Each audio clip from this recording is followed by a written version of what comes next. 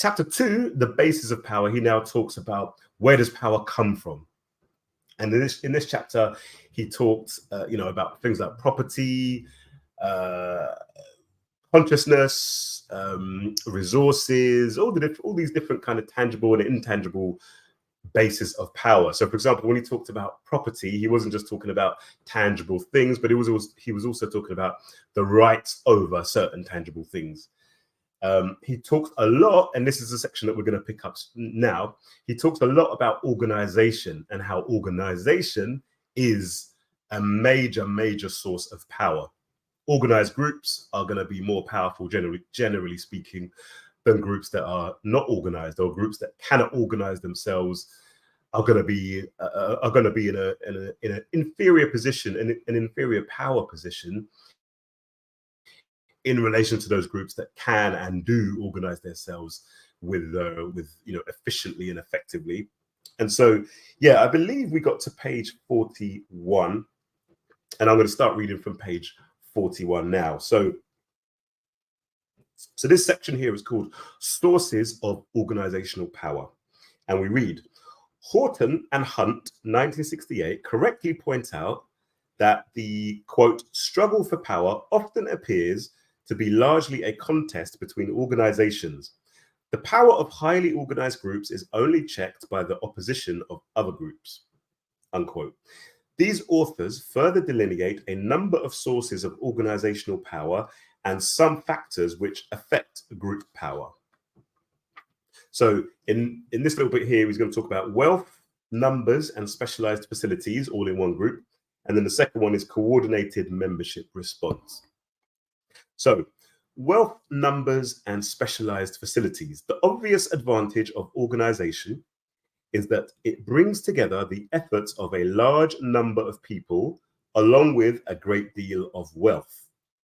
When an organization represents millions, it has at least a potential claim to speak for a considerable fraction of the population. An organization can accumulate a large treasury from the dues and small contributions of many members. By joining together, even the poor and unknown may gain some of the attributes of power often attributed to the elites. The specialized facilities of the organization also increase its influence. Its individual members may make their views known through the activities of the organizational lobbyist, who is constantly in contact with those who make governmental decisions. So the bigger the organization, the stronger generally it's going to be.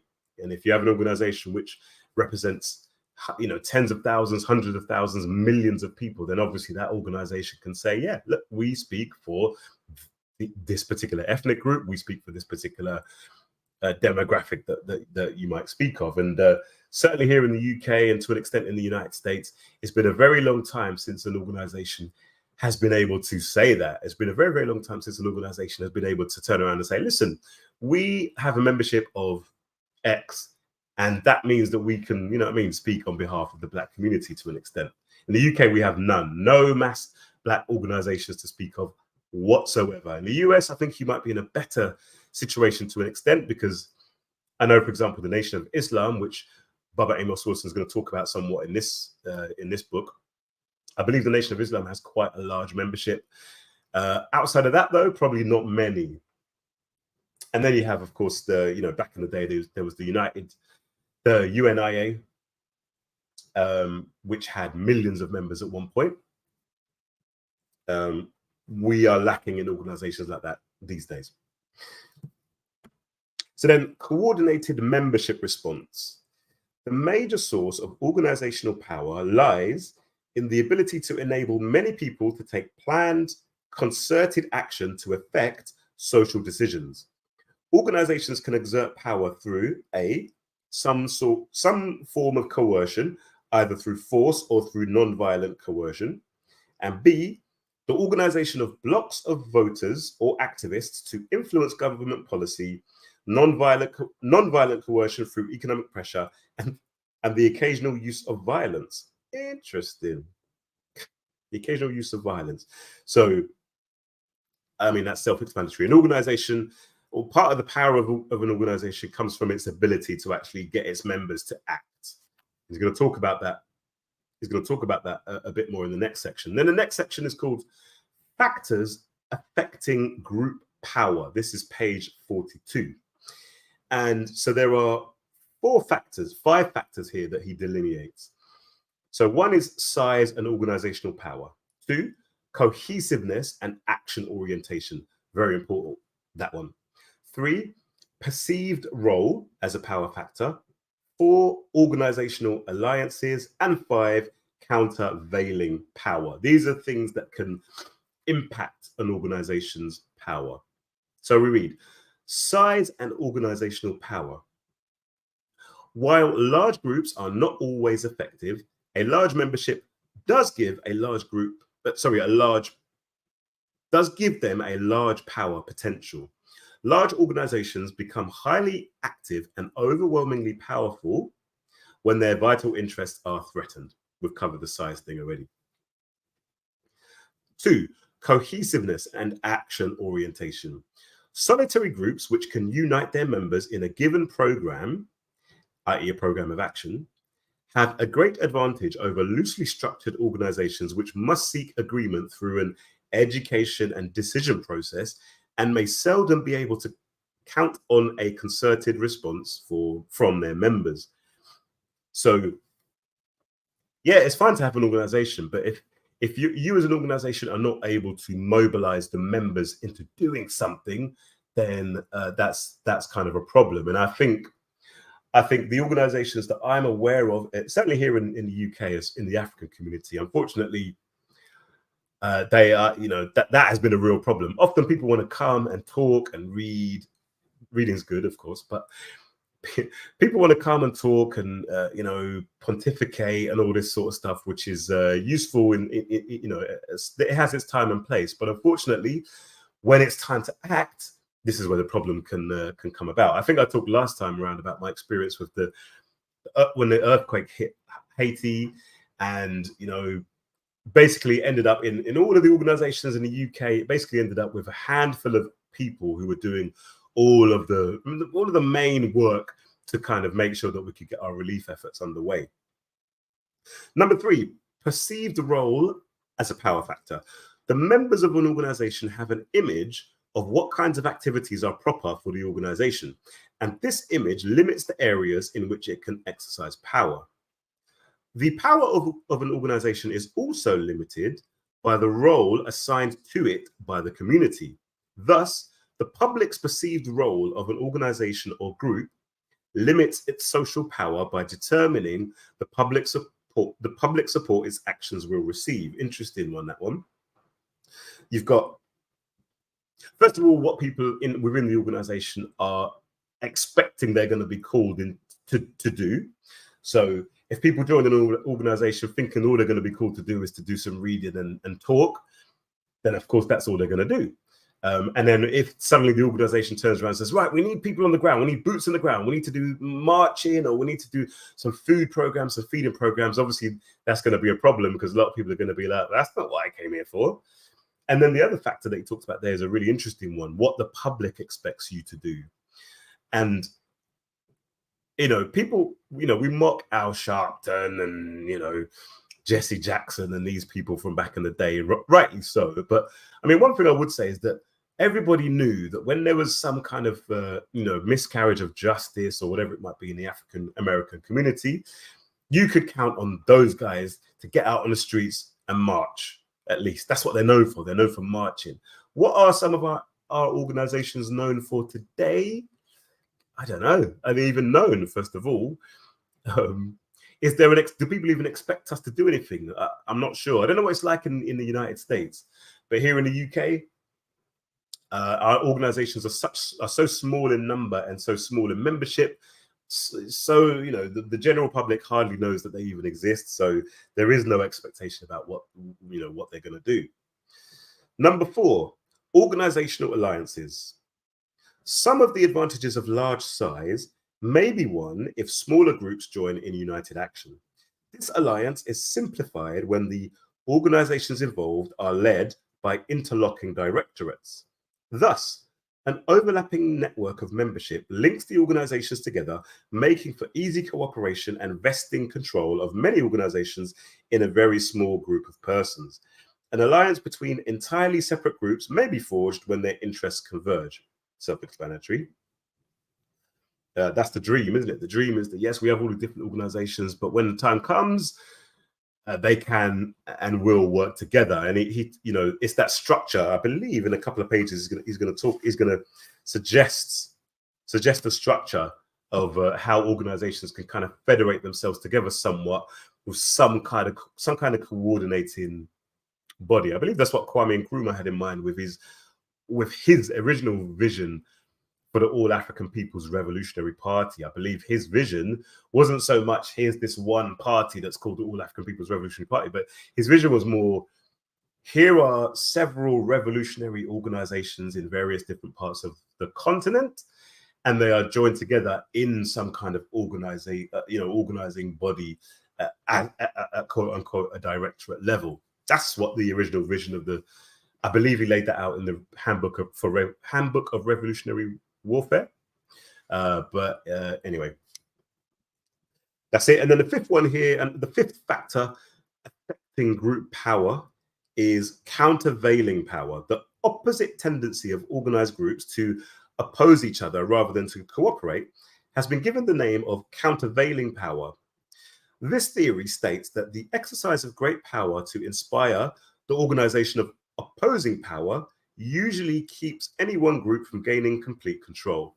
That's kind of like a realpolitik. I've been talking about realpolitik recently, and that's one of the tenets of realpolitik, is that nations, basically there's always got to be a balance of power. You never want to have one nation or one group having all the power.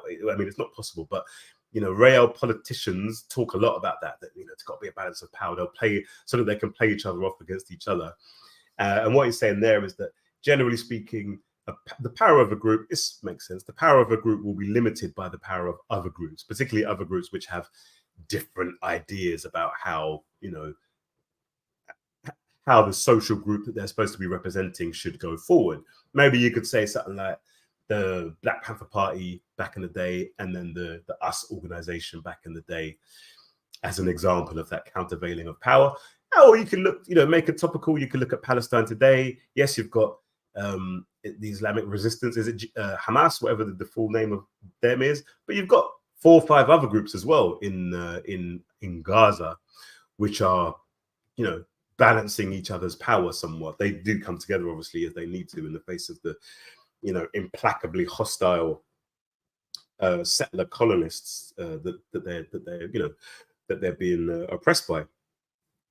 So that's that. Then you've got a section here which probably will some people won't like here, because he's going to go down a road which will be called, anyway, let me read it. It's called Social Power of the Unorganized Masses, the Expression of Mass Power.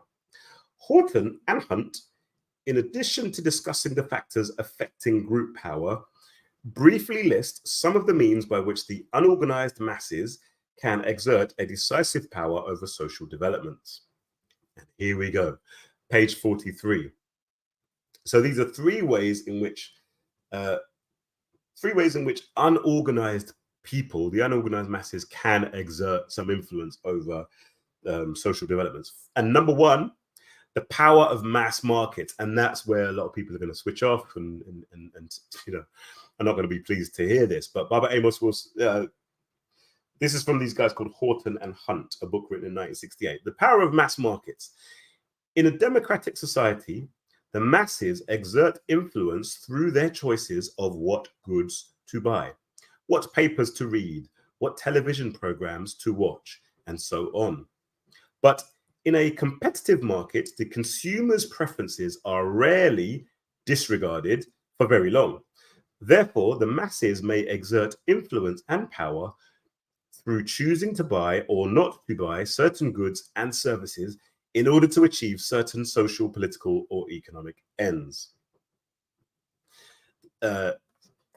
And people will just hear that and think, black capitalism, no, the myth of black buying power and all this sort of stuff.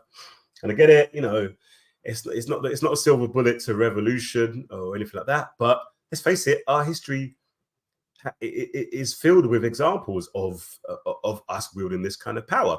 So in the United Kingdom, in the 1950s, I believe it was, in Bristol, which was a town, a very major town, very major during the slave trade in particular, because it's on the west coast of England, and thus that's the coast that faces the Atlantic Ocean.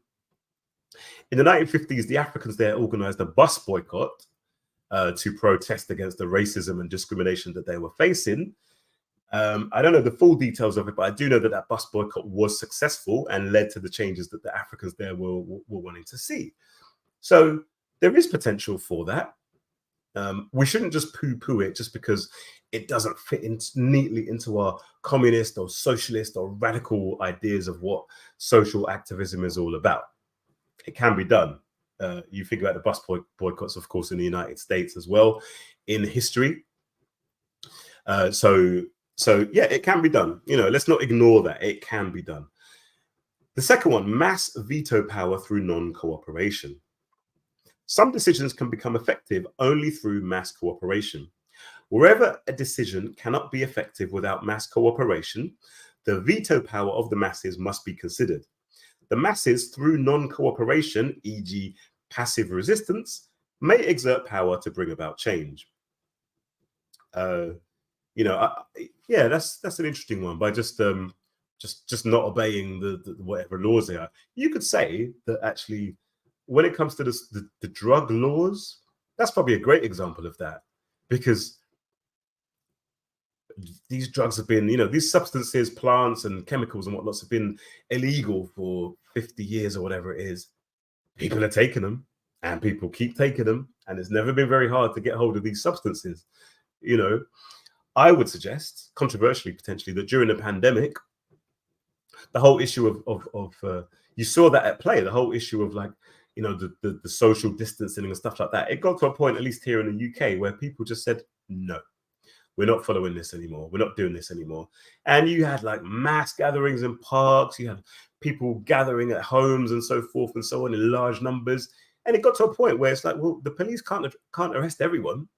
You know, what was I watching? I was watching something that someone was making this very same point, that, you know, the police can't arrest everyone. And that actually is a key principle of social change, because if the masses all come together, or a large enough percentage of the masses come together and decide they're going to do something or not going to do something, there's nothing that the elites can do. Yes, they can try and unleash you know, large scale violence against them, but as Baba Amos Wilson talked about in the earlier chapter, that just leads to a visceral reaction from the population itself. You know, so it leads to more resistance, in other words. So yeah, I see that non-cooperation can be a source of you know, in bringing some social change by the masses. And then the last one from Horton and Hunt is direct political power of the masses. We're on more comfortable you know, we're on more comfortable ground here for most of us. Quote, who holds the reins of power in our society?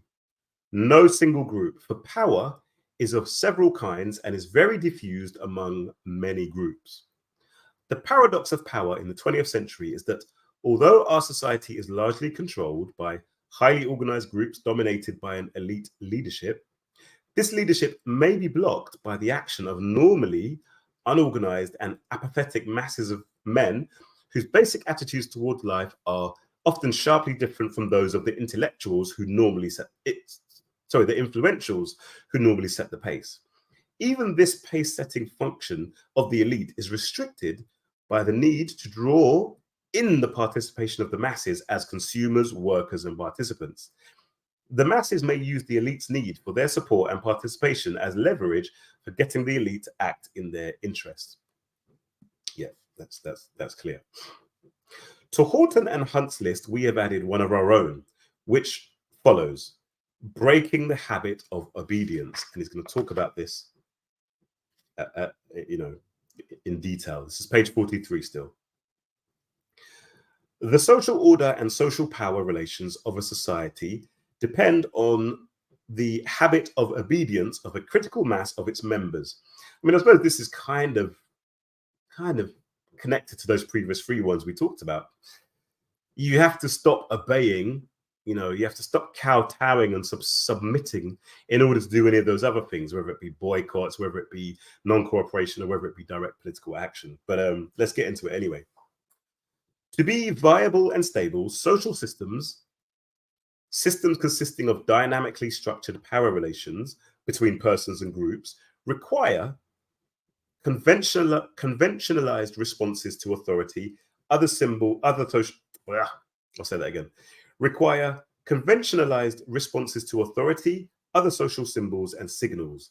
If a critical mass of a society's members fail to emit the appropriate, quote unquote, behavior or responses, the social system tends towards destabilization and may eventually bring about its breakdown.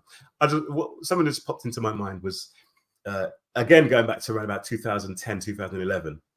You may remember when in the UK, there was like this sudden outburst of social disturbances following the police murder of a guy called Mark Duggan in Tottenham in North London.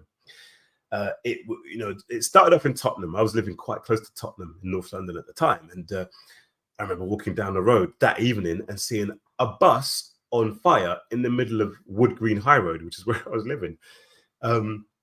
You just had this sudden chain reaction of rebellion, Hackney, Croydon.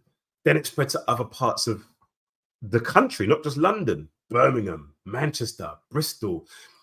And it got to a point where there was suddenly, like maybe not for a long time, but there was suddenly a palpable fear amongst mainstream society that what is going on? Is this gonna, and I remember distinctly watching a news report on the so-called riots, focusing on Hackney, and they focused on, like, there was a group of young African boys, black boys mainly, and some girls, basically charging through the streets, charging at the police. And there was a police chief on, and this police chief was basically saying, look, I'm pleading to all of the parents, please get your children to go back home, get them indoors. And I want to try and dig that out at one point, because you could hear the desperation in that guy's voice. He was desperate. He was out of ideas, because he realized that, listen, this trajectory that we're on here could end up with some kind of mass, large scale, social change. And that's basically what we're talking about here, is that if enough of the masses come together and, if something changes in their mindsets and they're like, nope, not having it anymore, then the system will collapse, or will be radically shaken. Most often, the institutional or social chain of command is not perceived by those subject to it as coercive and as an expression of dominance by a particular social class for which the command structure is designed to undemocratically benefit. It's page 44 now. The chain of command or class structure is generally perceived by those who benefit from it least, or who are oppressed by it, as functionally necessary. In this instance, compliant behavior, even when such behavior perpetuates gross inequities, is seen as morally compelling, as right and proper in and of itself. As Parenti argues, quote, obedience in such cases is not felt as a submission to the interests of the powerful, but as proper constructive behavior of a person who freely accepts responsibilities. It is not uncommon for people to make a virtue of the necessities that they face. In that way, are their life situations made more bearable for them. Of interest to us is the function of such propensities for organizational control. This attitude of obedience, disseminated among subordinates in any institutional structure or within the entire society, becomes a social norm, acting as both an externalized and internalized force for compliance upon the individual, unquote. In an unjust social order, an order where one group abusively dominates another, the habit of obedience in the subordinate or abused groups functions to maintain that order. Subordinate groups thereby collude with the dominant group to perpetuate its own subordination and exploitation. This situation can only be changed by the destabilization and breakdown of the unjust social order, i.e., by radically reorganizing its structure of power relations, aka, my words, revolution. And this can only be brought about by subordinate groups' refusal to comply with the demands of the dominant group, the compliance with which, by the subordinate groups, are often responsible for or crucial to maintaining the onerous social order in the first place. The subordinate group must break its habits of obedience and engage in civil disobedience. It was primarily through civil disobedience that Gandhi broke the social order of British colonialism in India, and Martin Luther King Jr. radically transformed the social order of the Southern United States. Civil disobedience is one of the primary means by which the masses of the oppressed may successfully oppose the power of a dominant oligarchy. Breaking the habit of obedience on the part of the oppressed may not only include the refusal to cooperate with the unjust laws, but may include boycotting and refusal to consume certain goods and services sold by the dominant group, disrupting the social and behavioral routines and machinery which maintain the operations of the dominant social order, and by devaluing the commercial and cultural output, products, and values of the dominant group. Interesting. Devaluing the commercial and cultural output, products, and values of the dominant group. Sometimes social disruption is the only expression of social power left to the masses. Of course, such actions as just discussed may be adjunctively supported by petition and letter writing campaigns, political demonstrations, marches, protests, and pickets. So what I like about this section is that Baba Amos Wilson is basically trying to show that some of the things that we can do, even while we're within these systems that we are in, there are things that we can do. It's not all hopeless. And I feel that, unfortunately, amongst a lot of our conscious African people, there's this tendency to poo-poo all of that sort of stuff and to just say, listen, no, that's all working within the system. You're just tweaking within capitalism. You're just tweaking within the system. That's not going to lead to any change. That's just incrementalism and all these big words that our Marxist brothers and sisters in particular come up with. But I just think we can't be perfectionists. We have to start where we're at. We have to start start from somewhere and work forward. I would suggest that what's happened is that since our ancestors and our forebears were doing these kinds of things 20, 30, 40, 50 years ago, the ball has been dropped, and we're not even doing those things anymore. We're not even doing the boycotts anymore. We can't even successfully organize ourselves here in the UK, for example, to just boycott some of these hair shops which are owned and controlled by some of the certain ethnic groups, certain mafia type organizations of other people's economic and political resources to dominate us. What do we do in response? We can't even do anything in response. There's these little pockets of resistance that happen. Like, for example, in the UK, a couple of months ago, one sister was it appeared that she was being brutalized by this South Asian shop owner. So just for anyone who's watching from the US or outside of the UK, in the UK, the black hair shops are all owned and dominated by people from Pakistan, mainly, actually, South Asia. And so that's obviously a bone of contention for us deep down. No one really likes that. So every now and again, we get these flare-ups. And so there was this, social media went crazy about it. And so people say, yeah, boycott the shop, boycott the shop. Da, da, da, da, da. That happens for a while, but nothing significant ever really comes of those things. We just lack the things that Baba Amos Wilson has been talking about with regard to organization. We lack the ability to translate, to mobilize our people. We lack the ability to coordinate a response. We lack the ability to coordinate the different organizations and all that sort of stuff together. And I would add to that again to say that, unfortunately, a lot of our people who are in these organizations, it's almost their official policy to not even get involved in some of these things because they view it as, no, this isn't revolutionary. Or they'll say, our focus should be on Africa, not here, as if, we're just, anyway. So